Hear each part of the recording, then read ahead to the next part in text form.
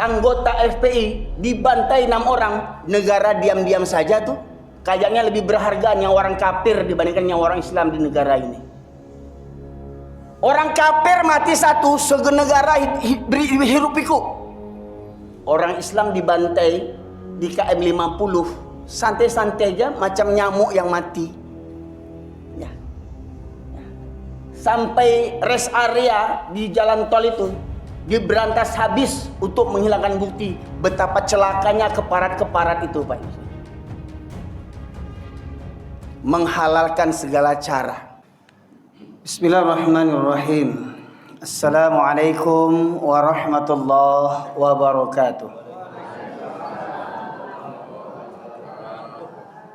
Alhamdulillah nahmaduhu wa nasta'inuhu wa nastaghfiruh wa na'udzu billahi min syururi anfusina wa min sayyiati a'malina.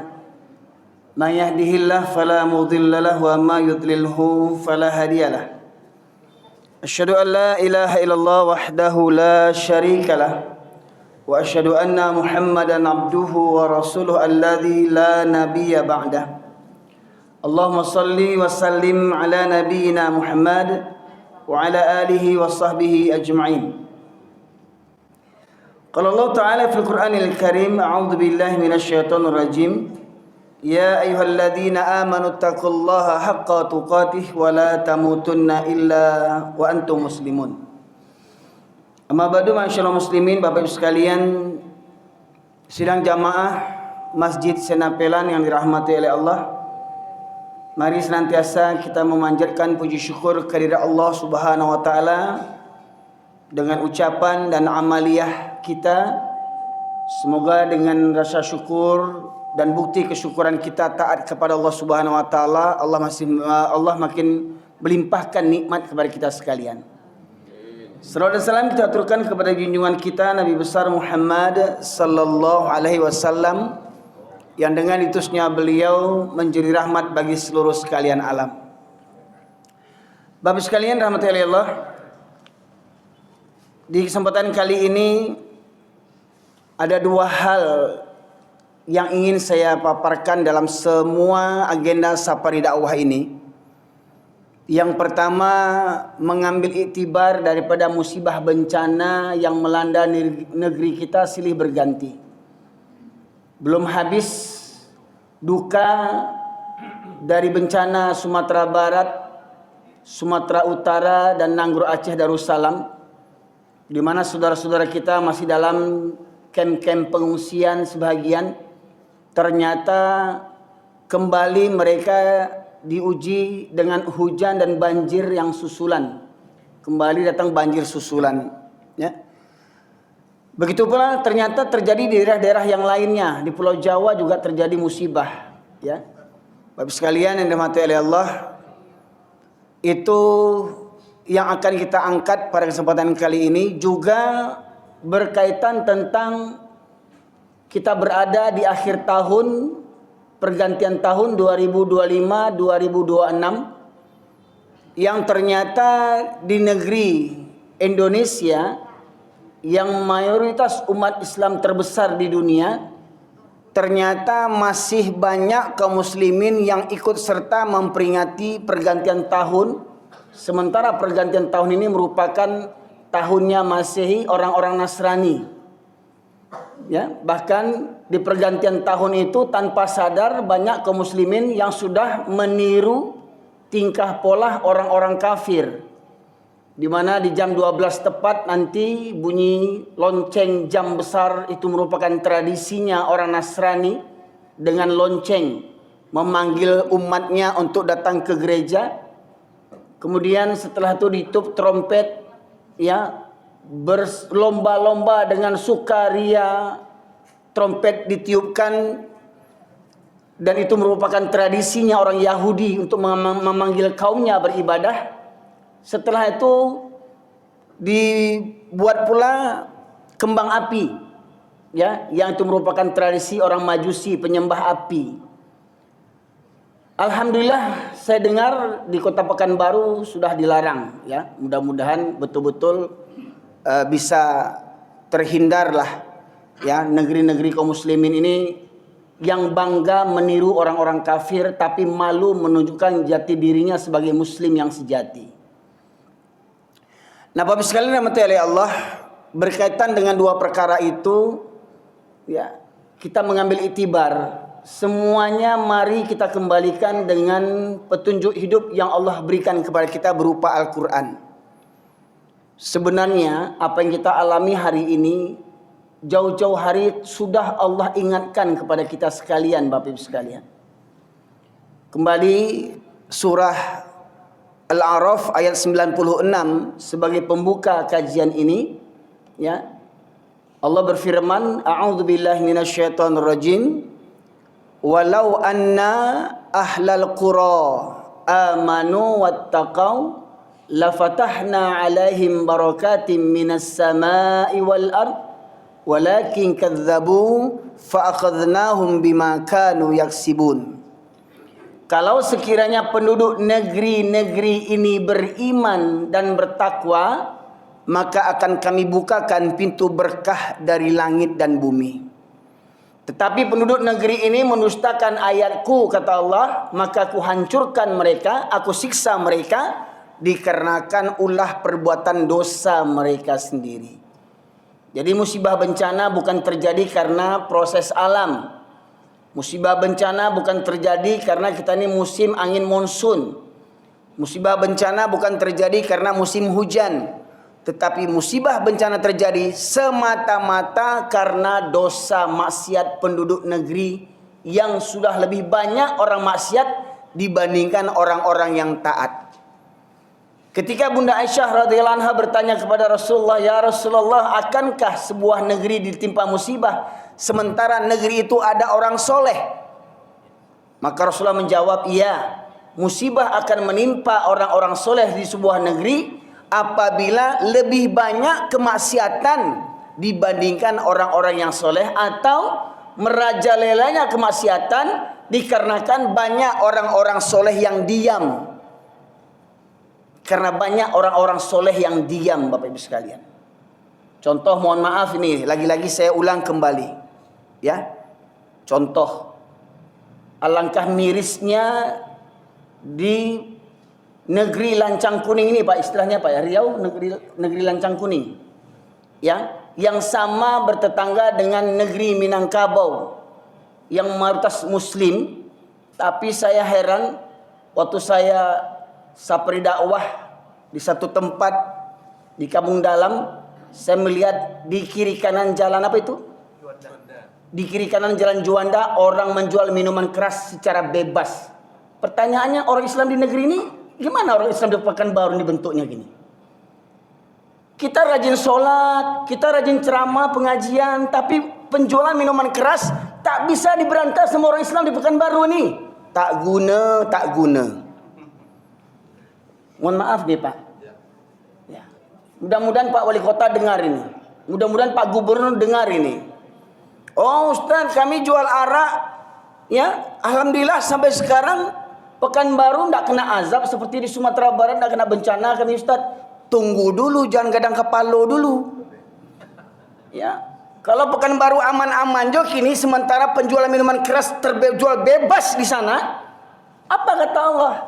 Ya, falamma nasu ma dzukiru bih fatahna alaihim abwaaba kulli syai' hatta idza farihu bima utu akhadnahum baghtatan wa hum mublisun.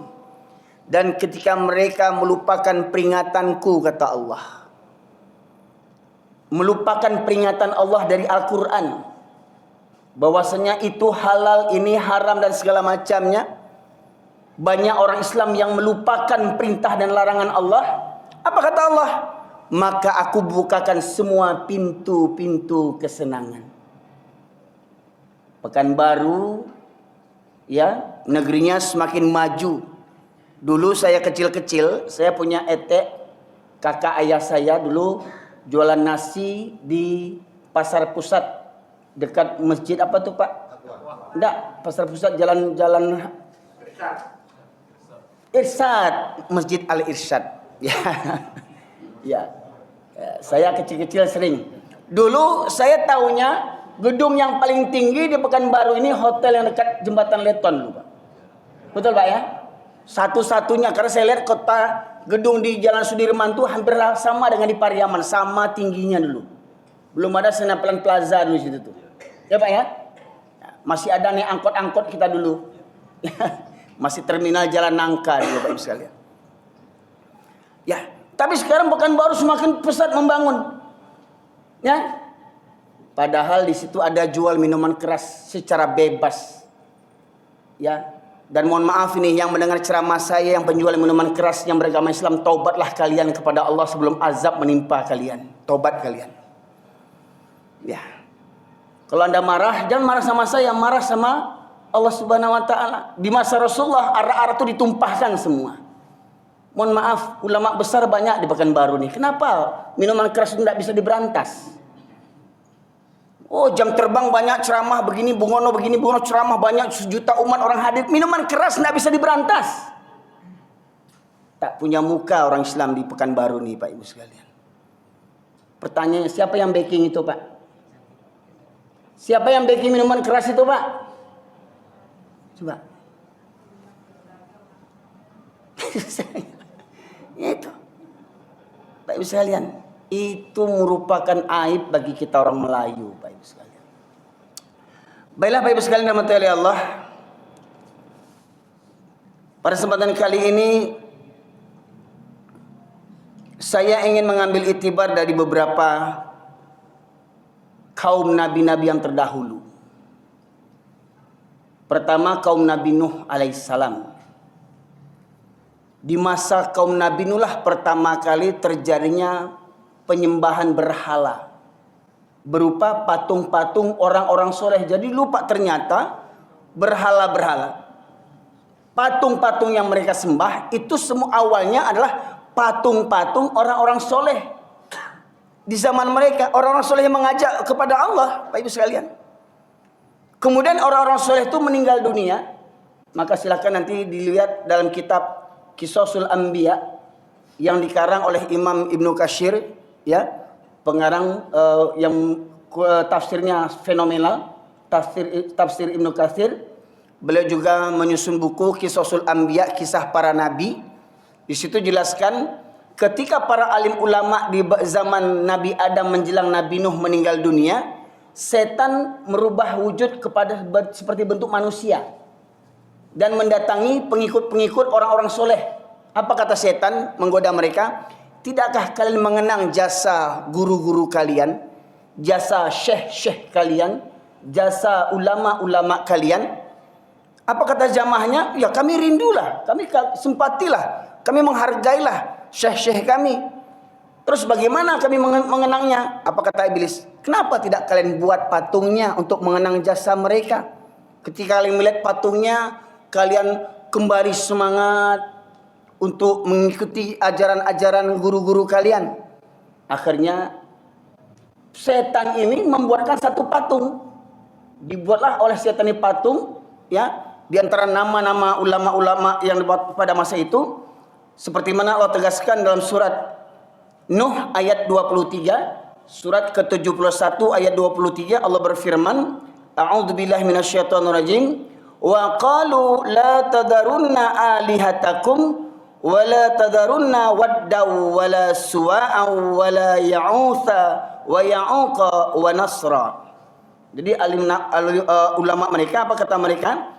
Dan mereka berkata, jangan sekali-kali kamu meninggalkan penyembahan Tuhan-Tuhan kamu, dan jangan pula sekali-kali kamu meninggalkan penyembahan Wad dan Ya'ut, Suwa, Yahuz, Ya'uq dan Nasir. Jadi apa kata mereka nih Pak? Jangan sekali-kali kamu meninggalkan penyembahan Tuhan kamu. Jadi mereka mengaku beriman kepada Allah, tetapi di samping itu mereka membuat patung untuk apa? Dengan kami menyembah patung ini, semakin mendekatkan diri kami kepada Allah Subhanahu wa taala. Nah, itu tawasul tadi, ya. Dengan menziarahi kuburan wali-wali supaya kami mendapatkan syafaat dari Allah Subhanahu wa taala. Betapa banyak, mohon maaf, hari ini ziarah-ziarah makam-makam wali jadi apa? Jadi uang masuk bagi orang-orang yang penjaga kuburan. Bahkan mirisnya ada kuburan palsu. Pernah dengar, Pak?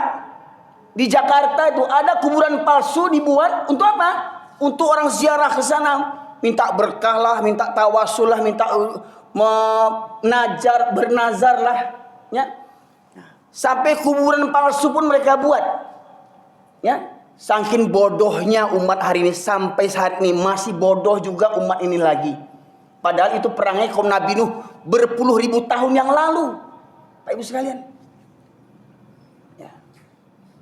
Nah kemudian ketika para nabi semuanya mendakwahkan kalimat tauhid, jadi semua nabi, Pak, dari zaman Nabi Adam alaihissalam sampai Nabi Muhammad SAW, satu dakwah para nabi, satu tujuannya.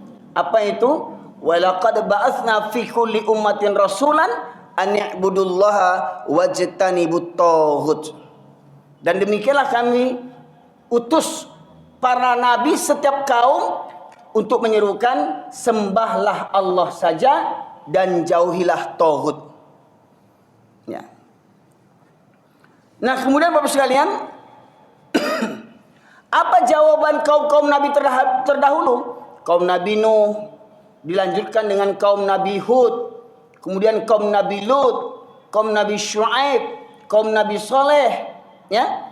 Apa kata mereka? Wattaba'u amra kulla jabbarin anid, ya. Dan mereka menuruti perintah semua penguasa yang sewenang-wenang lagi menentang kebenaran. Ya. Di Hud ayat 99. Jadi maknanya apa? Penguasa-penguasa, pemimpin-pemimpin, ini hati-hati Pak, pemimpin ini sifatnya umum. Baik pemimpin negara, pemimpin kaum, pemimpin suku, pemimpin adat, ya, pemimpin partai hari ini, pemimpin apalah namanya, ya, atasan lah, komandan lah namanya, semua pemimpin. Ingat, jangan ada pemimpin yang sewenang-wenang, yang zalim, kita serta-merta mengikuti perintah pemimpin yang sewenang-wenang. Pertanyaan, ada enggak yang seperti begitu Pak hari ini? Dapat arahan pemimpin misalkan, kutip uang keamanan pelacuran, uang keamanan pelacuran. Ada enggak tempat pelacuran dilindungi, Pak? Ada enggak diminta uang keamanan tempat pelacuran? Gimana mau diberantas? Mereka melindungi tempat pelacuran. Kutip uang keamanan karaoke, tempat orang mabuk-mabuk, diskotik. Pertanyaannya, orang yang menjual arak itu bayar uang keamanan enggak? Bayar pajak enggak? Bayangkan Bapak Ibu sekalian. Ya. Dan jelas perintah itu salah. Ya. Seperti perintah apa? Seperti perintah Sambolado, tahu? Polisi Sambolado kafir itu yang dulu membunuh anak buahnya. Pernah ingat Pak? Membunuh satu orang saja ribut satu negara. Dulu anggota FPI dibantai 6 orang, negara diam-diam saja tuh. Kayaknya lebih berharga nyawa orang kafir dibandingkan nyawa orang Islam di negara ini. Orang kafir mati satu, segenegara hirup pikuk. Orang Islam dibantai di KM 50, santai-santai aja macam nyamuk yang mati. Ya. Ya. Sampai rest area di jalan tol itu diberantas habis untuk menghilangkan bukti betapa celakanya keparat-keparat itu, Pak. Menghalalkan segala cara. Sambo membunuh dengan macam rekayasa. Yang ikut mendukung Sambo siapa? Anak-anak buahnya berapa orang? Saya lihat di berita hampir 60 orang yang mengikuti arahan Sambolado ini. Dan kebanyakan beragama Islam. Bayangkan betapa bodohnya keparat-keparat itu. Pakai dinas lain utak ndak ada. Ya, orang kafir memerintah namo jo ikui, ndak ada agama, ndak ada iman dalam hatinya. Lai keparat pakai baju dinas agama Islam, namuah dia atur-atur sama orang kafir. Andia. Kecil orang kampung kami, Pak. Pangkat lai tinggi, lai jenderal. Ya, Jenderal Sambolado.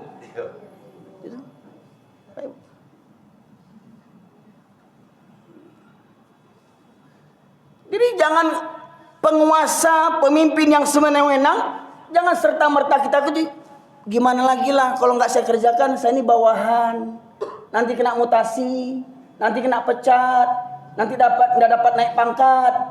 Nah betul Pak. Nanti kalau saya kena pecat, nanti istri makan apa, anak makan apa, di mana mau saya tinggal, rumah dinas dapat, mobil dinas dapat, istri dinas dapat.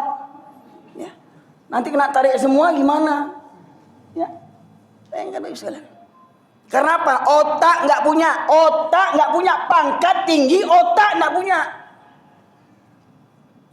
Tingginya pangkat nggak jaminan akal punya, Pak Ibu sekalian. Contoh seperti orang berkedok ulama yang kemarin datang ke Vatikan merayakan Natal, ya. Ada orang di Indonesia berkedok ulama memimpin satu kementerian memperingati hadir dalam peringatan Natal ke Vatikan sana, Pak. Ya. Ada dapat beritanya, Pak? Nah, coba. Itu namanya generasi Bal'am bin Ba'urah. Mohon maaf nih ya, karena ini sensitif, ya, supaya Bapak tahu bagaimana kedudukan ulama-ulama yang bergabung dengan orang-orang kafir dalam merayakan Natalan bersama. Nah, minta tolong saya. Ada Quran terjemahan, Pak? Minta tolong tadi ada. Imam kita, ini imam kita tadi. Coba cari Quran terjemahan. Ini kajian sensi, Pak. Ya. Banyak orang menyumpah sama saya karena apa? Salah faham. Ya, tolong dibuka. Surat ke-7 ayat 176.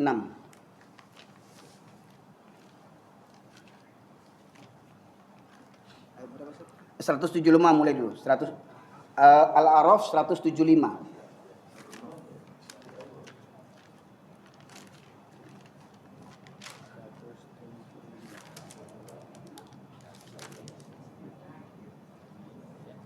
Temu?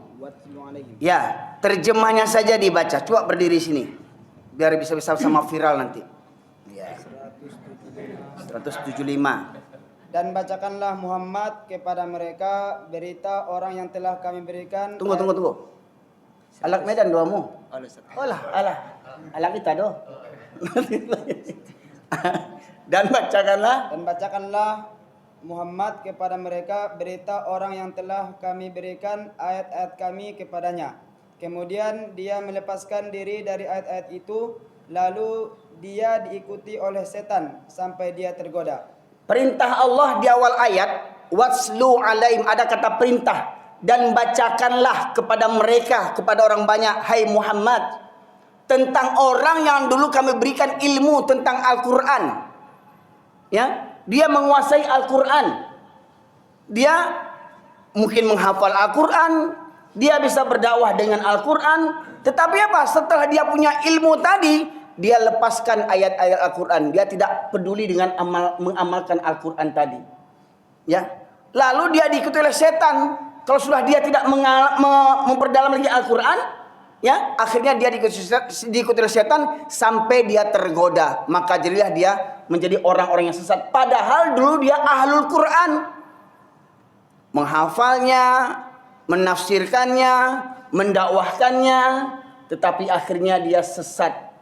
Lantas apa kata Allah dalam ayat berikutnya? Dan sekiranya kami menghendaki, niscaya kami tinggikan derajatnya dengan ayat-ayat itu. Tetapi dia cenderung kepada dunia dan mengikuti keinginannya yang rendah. Maka perumpamaannya seperti anjing. Seperti apa? Seperti anjing. Yang keras sedikit, seperti anjing. Ya. Jika kamu menghalaunya, dijulurkan lidahnya, dan jika kamu membiarkannya, ia menjulurkan lidahnya juga. Demikianlah perumpamaan orang-orang yang mendustakan ayat-ayat kami. Maka ceritakanlah kisah-kisah itu agar mereka berpikir. Di ujung ayat apa bunyinya? Maka ceritakanlah kisah-kisah itu agar mereka berpikir. Jadi ayat ini bagi orang yang punya otak saja, Pak. Yang tak punya otak nggak nyambung ayat ini nih. Ya, yang nggak bisa berpikir nggak masuk kaji ini. Ya, apa kata Allah di awal ayat tadi? Ayat 176 tadi. Kalau kami menghendaki, kami tinggikan derajatnya dengan ayat itu. Semestinya dengan ayat Quran itu dia dimuliakan oleh dengan ilmu Qurannya. sarjana agama, master agama, ulama dipanggil orang. Tetapi apa? Dengan keulamaan ilmunya dia abaikan Al-Quran. Dia lebih kedepankan akal dan nafsunya. Maka kata Allah, mereka cenderung kepada dunia dan menurunkan hawa nafsunya rendah. Maka perumpamanya seperti anjing. Ini kata orang kareh mana ampu peluna seperti anjing. Jadi orang yang berkedok ulama yang datang ke Vatikan untuk rayakan Natal itu ulama anjing. Anjing. Ya. Kita duduk. Makasih ya. Batu Ustaz kasana muncung Ustaz baca-baca anjing. Itu kan firman Allah itu. Boleh dirubah. Perumpamaan seperti wow. Boleh dirubah Pak.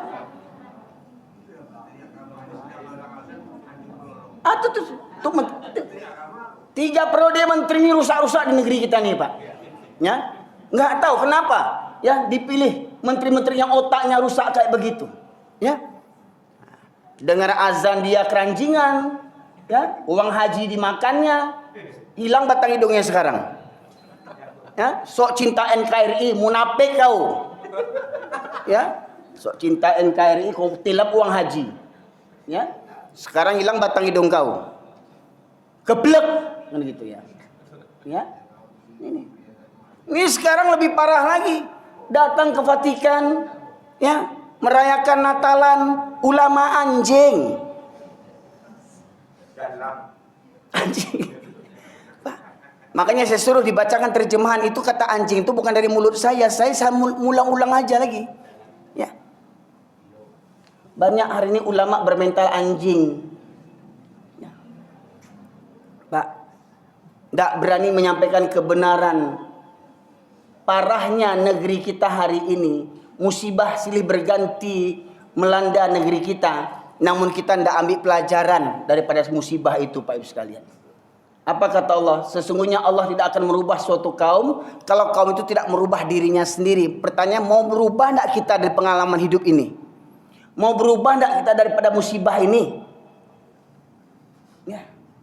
Nah, ternyata di antara musibah yang Allah timpalkan kepada kita, karena ada perilaku umat atau penduduk negeri ini seperti perilaku pengikut nabi-nabi yang terdahulu.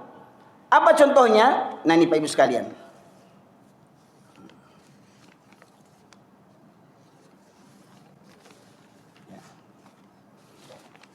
Di dalam surat Al-A'raf ayat 70 Allah berfirman, qalu ajitana lina'budullaha wahdah wa nadhara ma kana ya'budu aba'una fa'tina bima ta'iduna in kunta minas sadiqin.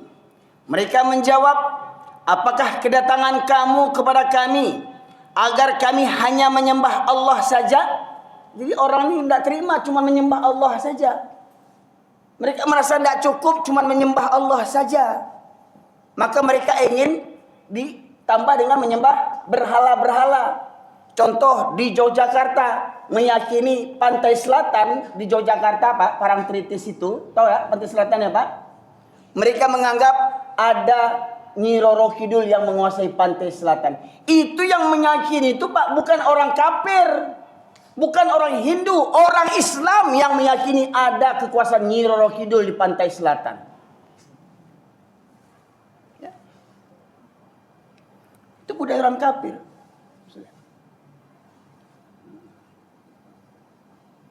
Memajang foto-foto orang-orang soleh, ya. Kalau sekedar kagum, simpati kepada ajaran orang-orang soleh, mungkin boleh jadilah, sah-sah saja mungkin ya, mungkin walaupun nanti ulama berbeda pendapat, ya. Tetapi kalau meyakini dengan adanya foto itu, dengan adanya berhala itu, dengan adanya benda itu dapat mendatangkan rezeki, supaya orang datang masuk ke Kadayawa, supaya rami Kadayawa, patang foto orang gaya itu budaya syirik.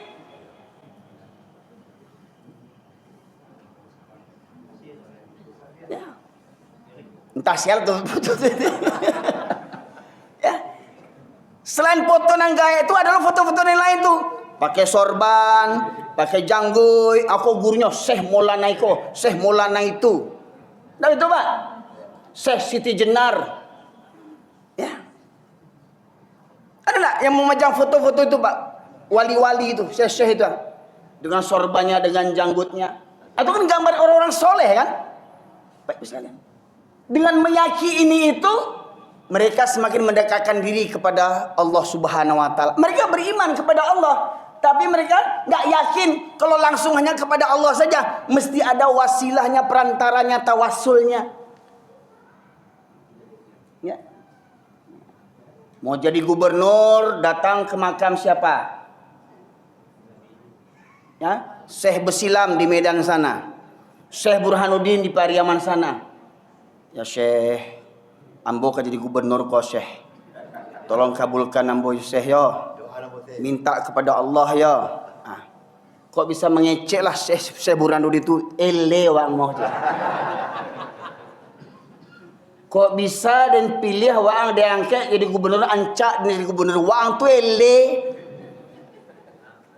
Belagak lo jadi anggota dewan tele waang mau datang ke kuburan tele. Ya. Ya.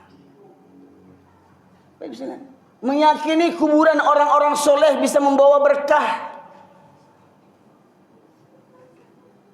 Pak, Islam itu agama yang sempurna. Kalau memang ada ajaran mendatangi kuburan orang-orang soleh membawa berkah, tentu Nabi Muhammad SAW akan mencari kuburan Nabi Ibrahim, kuburan Nabi Adam. Supaya apa? Supaya Nabi Muhammad juga dapat berkah dari nabi-nabi terdahulu. Betul tidak? Atau ketika Rasulullah meninggal, ada enggak sahabat Nabi Abu Bakar, Umar, Utsman, Ali datang ke kuburan Nabi minta berkah, bernazar? Coba gunakanlah akal fikiran. Ya. Orang yang berang-berang dengan ceramah ini wajar. Dulu orang Yahudi, orang-orang jahiliyah itu juga berang. Dia tahu tuh berang karengkang. Apa kata orang itu, Pak Ibu sekalian? Ya, dalam beberapa ayat Allah sebutkan dalam surat Al-Maidah, surat yang kelima ayat 104, Allah menegaskan, ya.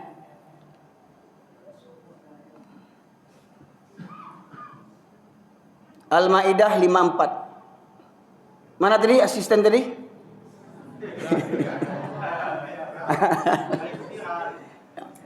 Kalau filan nanti bagi-bagi kita ya.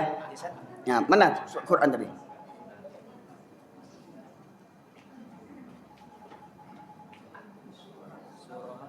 Al-Maidah 104.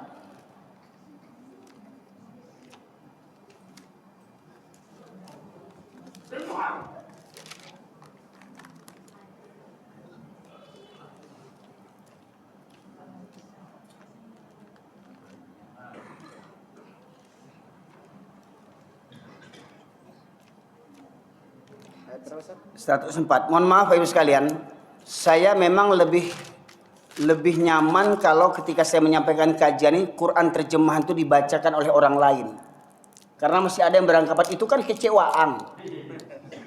Kan kecewaan tuh. Nah tuh. Lah Quran dibaca udah percaya aja lah paja tuh leh. Ya? ma ja'alallahu Ustaz. Ya, bukan. Oh, wa idza qila. Tuh. Wa idza qila ta'alu ila ma anzalallah. Ya. Artinya saja. Dan apabila dikatakan kepada mereka, marilah mengikuti apa yang diturunkan Allah dan mengikuti Rasul. Mereka menjawab, cukuplah bagi kami apa yang kami dapati nenek moyang kami mengerjakannya. Apakah mereka akan mengikuti juga nenek moyang mereka, walaupun nenek moyang mereka itu tidak mengetahui apa-apa dan tidak pula mendapat petunjuk. Nah. Ulang sekali naik.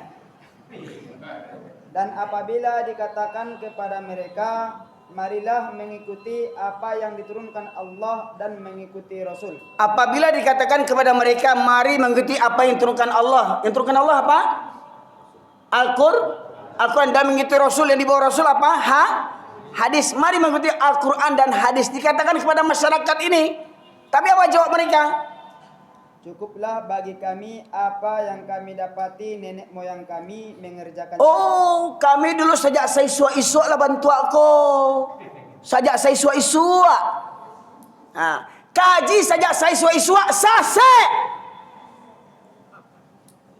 Kami sejak saya isua-isua bantu aku. Kalau ada anak bayi lahir, dia kasih gunting, jarum, banang, ladiang, pangku supaya nak kena palasi. Agia bawang putih, bawang merah, lado hijau, lado merah. Ditongseng anak tu bayi susah itu. Tradisi nenek moyang. Sajak saya isua-isua. Ada orang meyakini waktu orang barele, orang mau pesta pernikahan supaya tidak hujan. Apa kata yang? Apa kata orang, Bu? Celana kotok anak daro tu sampan katok. Ya Allah Rabbi, ambuk saya Pak.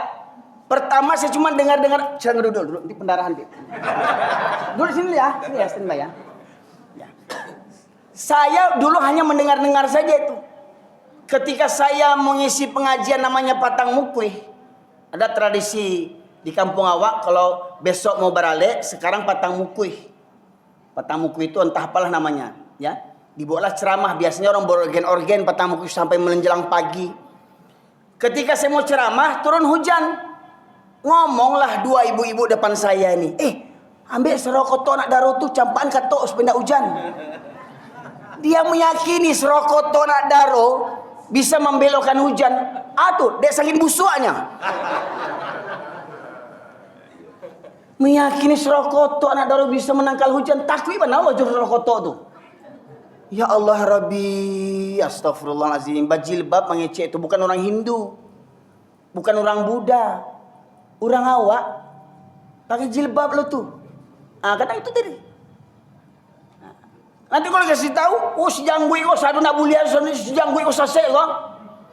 Sajak dulu, orang gaya awak bantu atuh kaji sajak dulu tuh sasek.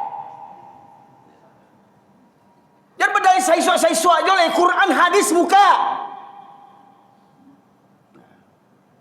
Kau dek apa kau mohon maaf, kepatang ada yang komen lagi di YouTube, bahkan buat video tandingan, ya. Saya katakan kalau khutbah Jumat Pak pakai bahasa Indonesia, enggak usah pakai Arab. Kita orang Indonesia bukan orang Arab. Mohon maaf Pak. Khutbah Jumat itu artinya nasihat, berikan nasihat, pelajaran. Bagaimana mau jadi pelajaran kalau kita tidak tahu artinya? Pakai bahasa yang mudah dipahami oleh orang penduduk setempat. Kok khutbah Jumat pakai bahasa Arab? Mohon maaf kok berang ya Pak, berang je lah. Oh kita kira sunnah Nabi. Nabi itu berjanggui, khatib itu berjanggui nak. Bulu hidung panjangnya. Yang sunnah Nabi kan kelamak dia awak je pakai. Kadang apa-apa ku sunnah Nabi. Oh babi ni ampe, masna, poligami. Itu sunnah Nabi. Taunya kawinnya tahu sunnah Nabi itu. Kalau itu ketujuan sunnah Nabi itu. Cuma namu yang lu talok lagi. Kok talok ambo bantai? Mungkin alhamdulillah biniamu baru 2 baru. Dek seorangnya meninggal, bini batamu meninggal Pak. Berganti bini yang kedua tuh.